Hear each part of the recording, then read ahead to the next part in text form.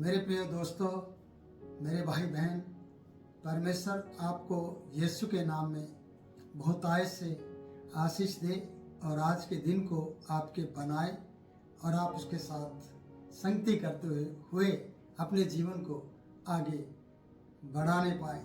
आइए हम परमेश्वर के वचन की ओर आगे बढ़ते हैं। मरकुस की किताब और उसका 7 अध्याय। यहाँ पर प्रिय जिक्र आया है कि फरीसी और कुछ शास्त्री जो यरूशलेम से आए थे और उसके पास इकट्ठा हुए थे। यरूशलेम से शास्त्री और फरीसी और लोग भी थे जो वहाँ पर उसके पास यीशु के पास आए और इकट्ठे हुए और उन्होंने उसके कुछ चेलों को अशुद्ध अर्थात बिना हाथ धोए हुए रोटी खाते देखा। और वचन बता रहा है कि ये लोग, क्योंकि फरीसी बिना हाथ धोए जब तक वो हाथों को अच्छी तरह न धो ले, और उनकी जो पूर्वजों की परंपरा रही है उसी तरीके से वो ऐसा करते आज तक आए हैं। और यीशु के चेलों को उन्होंने देखा, खुद यीशु मसीह को उन्होंने देखा और इस बात पर उन्होंने वाद विवाद किया।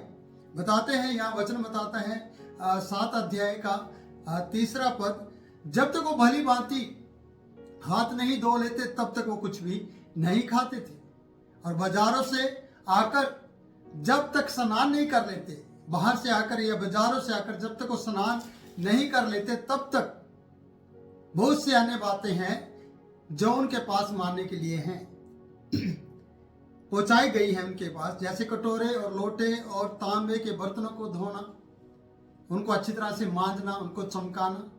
इस तरीके की उनकी परंपरा रही है और वो ऐसा करते आए हैं। यीशु के समय में जब उनके चेलों को उसने बिना हाथ धोए खाना खाते देखा, तब उन्होंने इस बात के लिए यीशु मसीह से सवाल किया या उस बात पर उन्होंने वाद विवाद करते हुए ये बात को दर्शाया, क्यों तेरे चेले लोग बिना हाथ धोए ऐसा करते हैं, क्योंकि दूसरे लोग ऐसा नहीं करते हैं। तो मेरे प्रियो, ये वाद विवाद की बातें हैं कि आपके हाथों में क्या लगा है। आपको खुद मालूम होना चाहिए कि आपने कुछ अगर केमिकल को टच किया है या आपके हाथ धूल मिट्टी में लगे हैं या आपने कोई ऐसा काम किया है जो आपके हाथ अशुद्ध हैं, तो आपको धोना चाहिए। ये यीशु मसीह इस बात के लिए कभी भी मना नहीं करता।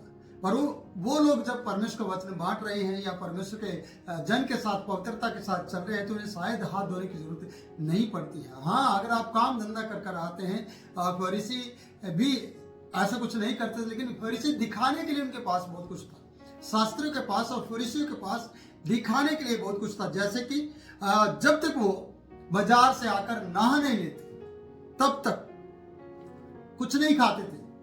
जब तक हाथों को अच्छी तरह मल नहीं लेते, धो नहीं लेते, लोग उनकी तरफ देख नहीं लेते कि कितने साफ सुथरे और पाक हैं ये, कि हाथों को धोने के बाद ही ये खाना खाते हैं। क्या आपकी पवित्रताई हाथों को धोने से प्रकट होती है? क्या आपकी पवित्रताई आपके बर्तनों को रगड़ रगड़ कर मांजने से दिखाई देती है? या फरीसियों की पवित्रता इन बातों से दिखती है? इसलिए ये सब बातें दिखावे में आती है, ये सब बातें वाद विवाद पैदा करती हैं।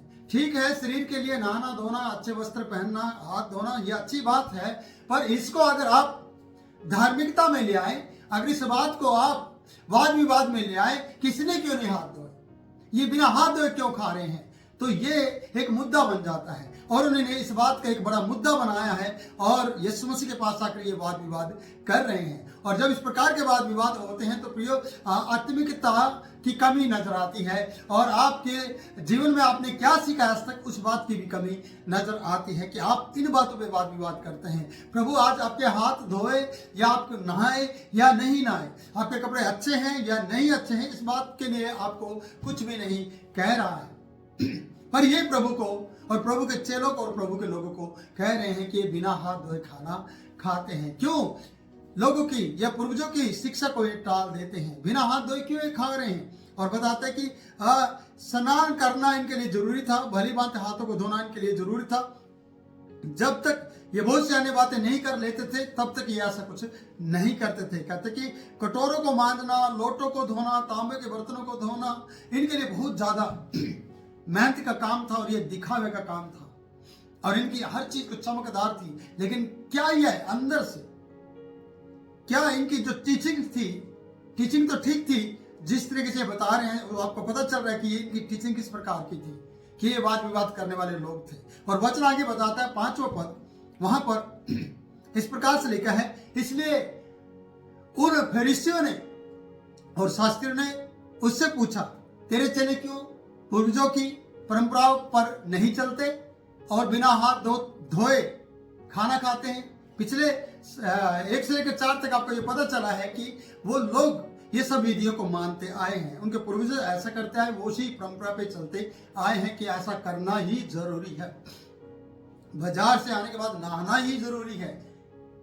हाँ, अगर आप किसी मौत में या किसी की डेथ पर गए हैं तो आपको नहाना चाहिए क्योंकि इन्फेक्शंस हो सकती है आपके शरीर पर। आप कहीं भी हॉस्पिटल्स में गए और वहां पर आपने सेवा की या वहां पर आप किसी मरीज के साथ, पेशेंट के साथ रहे तो आपको नहाना चाहिए। ये सब बातें आपको कॉमन सेंस की बात है कि आपको ये साधारण बात है, इसको आपको कर लेना चाहिए।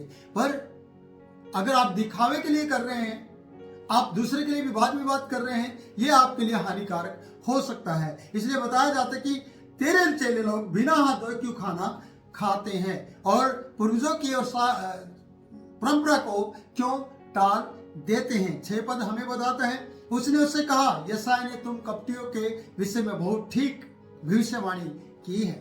तुम कपटियों के विषय में, बर्तनों को मांजने वाले, हाथों को बार बार धोने वाले, बार बार वस्त्र और कपड़े बदलने वाले और ऊंचे शब्दों में प्रार्थना करने वाले लोगों के विषय में यशायाह की वाणी को यीशु मसीह ने इन लोगों को चिताया और याद दिलाया। क्या याद दिलाया? लिखा है, उसने उनसे कहा, तुम कपटियों के विषय में बहुत सी भविष्यवाणी है जो यशायाह ने की, वो ठीक की है। तो कहते कि जैसा लिखा है, ये लोग होठों से तो मेरा आदर करते हैं पर इनका मन मुझसे बहुत दूर है। होठों से तो मेरा आदर करते हैं पर मन बहुत दूर है। प्रियो, हाथ धो लिए, कपड़े बदल लिए, नहा लिए, अच्छे तेल वेल लगा लिए, इतर लगा लिए, सेंट लगा लिए, सारे काम कर लिए, लेकिन मन को कौन धोएगा? आपके शरीर देह प्राण तो आपने धो लिया, लेकिन मन जो अंदर की है, जो आपकी सोच है, जो आपके विचार हैं, उनको कौन धोएगा? प्रियो, उनके बारे में कभी क्या आपने सोचा है? क्या फरीसी ऐसा सोचते थे? लेकिन यीशु मसीह ने उन्हें चिताया इस बात के लिए और कहा, यशायाह ने तुम कपटियों के विषय में ठीक भविष्यवाणी की है। ठीक एकदम सही भविष्यवाणी की है। क्या? जैसा लिखा है कि ये लोग होठों से तो मेरा आदर करते हैं। होठों से बोलना पवित्रता ही नहीं है। आप इसी होठों से किसी की चुगली करते होंगे, इसी होठों से प्रभु की तारीफ भी करते होंगे, इन्हीं होठों से गालियां भी देते होंगे, इन्हीं होठों से आराधना भी करते होंगे, इन्हीं आंखों से आप वचन पढ़ते होंगे, इन्हीं आंखों से आप बुरा भी देखते होंगे, इन्हीं कानों से आप अच्छा भी सुनते हैं, इन्हीं कानों से आप बुरा भी सुनते हैं। आपके मन में क्या भरा है प्रभु अच्छी तरह से जानता है। इन लोगों को ऐसा कहकर प्रभु ने जिताया। आज ये वाणी हमारे लिए भी है। आज इस बात को हमें भी सोचना है कि कहीं हम फरीसी और शास्त्री और सदूकियों की तरह तो नहीं बन गए, कहीं हम अब परंपराओं में तो नहीं चल रहे, ऐसा नहीं करना चाहिए, ऐसा करना चाहिए, वैसा नहीं करना चाहिए, ऐसा नहीं करना चाहिए, इन्हीं बातों में तो नहीं खो रहे हैं। 7वां पद हमें बताता है कि 6ठे पद का जो भाग है, यह आदर तो करते पर मन दूर है। और जब इनका मन दूर रहेगा तो कैसे ये नजदीक आ सकते हैं? क्योंकि ये संसारिक रीति रिवाज और दिखावे में ही अपने जीवन को बिताने लगे थे और लग रहे थे और कर रहे थे और यीशु के साथ वाद विवाद कर रहे थे। प्रिय, मैं कहना चाहता हूं, वचन बताते कि ये मेरी व्यर्थ उपासना करते हैं क्योंकि मनुष्य की आज्ञाओं को धर्मोपदेश करके सिखाते हैं। प्रियो, ये बात बड़ी समझने की बात है कि ये मेरी उपासना यीशु मसीह ने कहा व्यर्थ करते हैं। वचन में लिखा है, यशायाह के द्वारा ये कही गई है, यीशु मसीह ने याद दिला रहा है, क्योंकि मनुष्य की आज्ञाओं को ये धर्मोपदेश करके सिखाते हैं। मनुष्य की आज्ञाएं, रीति रिवाजों को इन्होंने धर्म की शिक्षा बना दिया है। आज बहुत से लोग अपनी ही शिक्षाओं को, अपनी ही बातों को धर्म में शामिल करते हैं और उसे धर्मोपदेश करके सिखा देते हैं, और यही खतरनाक होता है। जो वाणी है, बाइबल की वाणी है, बाइबल का वचन है, उससे हटकर अपने ही रीति रिवाज के बारे में सोचते हैं। आप नहाने पे जोर देंगे, आप कपड़ा पहनने पे जोर देने लगेंगे, जैसे कि ये लोग करते थे। ये चौकों पे खड़े होकर, बाजारों में जाकर लंबी लंबी प्रार्थना करते थे। और इनके बारे में यीशु मसीह ने बहुत कुछ लिखा है, वो अगले वीडियो में और अगले वचनों में हम बताएंगे। क्योंकि यहाँ लिखा है कि ये मनुष्य की आज्ञाओं को धर्मोपदेश करके सिखाते हैं। कहीं आपकी बातें धर्मोपदेश करके तो नहीं बन गई, धर्म शास्त्र से ना कहकर, पवित्र शास्त्र से ना बताकर, अपने ही रीति रिवाज और अपने ही गति उन बातों को लेकर, जिनको आपने रीति बना लिया, जिनको आपने मनुष्य की बातों को लेकर धर्मोपदेश बना लिया है, वो आपके लिए खतरनाक है प्रियो। इसलिए कहता है क्योंकि तुम परमेश्वर की आज्ञाओं को टालकर मनुष्य की रीतियों को मानते हो। परमेश्वर की आज्ञाओं को टालकर मनुष्य की रीतियों को मान लेना, ये रीति मनुष्य की थी। बार बार कपड़े बदलना, बार बार हाथ धोना, बाजारों से आना, नहाना और फिर ऐसे करना वैसे करना, इतने बजे उठना, इतने बजे सोना, ये सब रीतियां मनुष्य की थी। यीशु मसीह के बारे में कहाँ लिखा है कि वो इतने बजे सोता था, इतना बजे उठता था। जब उसे नींद आई अचानक वो नाव में सो गया। जब सब लोग सो रहे थे वो बड़े भोर को उठा, भोर होने से पहले उठा और पहाड़ पर चला गया। ऐसे उसका रूल थे प्रियो। जब भी उसे समय मिला परमेश्वर पिता से बात करने के लिए वो चला गया। लेकिन बहुत से लोग अपनी ही वाणी को, अपनी ही बातों को धर्मोपदेश करके सिखा रहे हैं, और ये धर्मोपदेश करके सिखाने वाली बातें दूसरों के लिए भी हानिकारक और आपके लिए भी हानिकारक। आपको कोई भी इसका प्रतिफल उत्तर नहीं मिलने वाला, क्योंकि परमेश्वर की आज्ञा टालकर मनुष्य अपने ही रीतियों पर उन्हें चलाना चाहता है, उन्हें मानने के लिए विवश करता है। तुम्हें ऐसा नहीं करना, वैसा नहीं करना, और ये सब बातें कर करके वो लोग ऐसा करते हैं। सोचेगा क्या हमें उन बातों को मानना चाहिए? प्रभु आपसे क्या कह रहा है? उस बात को मानना चाहिए या मनुष्य की बातों को मानना चाहिए? प्रियो, बहुत से लोग हैं, मैं 9 पद भी ले लेता हूं प्रियो। उसमें उसने इस प्रकार से लिखा है, उसने उनसे कहा तुम अपनी परंपराओं को मानने के लिए परमेश्वर की आज्ञा कैसे अच्छी तरह से टाल देते हो। वो परमेश्वर की आज्ञा टाल देते हैं और अपनी आज्ञा को मनवाने के लिए उनको आगे रखते हैं और उसके लिए ज्यादा वाद विवाद करते हैं और जोर डालते हैं। जैसे कि यीशु मसीह के चेलों के पास आकर, यीशु के पास आकर और यरूशलेम से आकर, भीड़ की भीड़ आकर, ये झुंड के झुंड आकर, फरीसी शास्त्री यरूशलेम से आए थे और आकर क्या कह रहे हैं? तेरे लोग, तेरे चेले लोग बिना हाथ धोए क्यों पूर्वजों की परंपरा को टालते हैं, रीतियों को नहीं मानते हैं? ये क्या है प्रियो?